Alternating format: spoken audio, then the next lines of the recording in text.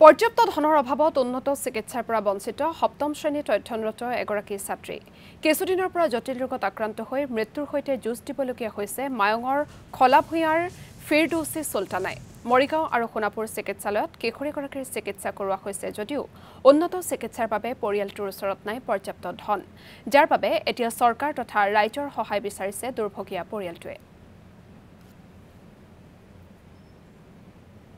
ডক্টৰৰ ওচৰত লৈ যোৱাৰ পিছত সোণাপুৰ আমি চিকিৎসা কৰালোঁ তাতে ক'লে যে এক্সৰে কৰাবৰ কাৰণে আল্ট্ৰাচাউণ্ড কৰালোঁ আমি তাৰপিছত ওলালে পাথৰ হ'লে বুলি ক'লে আকৌ গোলবেল্টাৰ বুলি ক'লে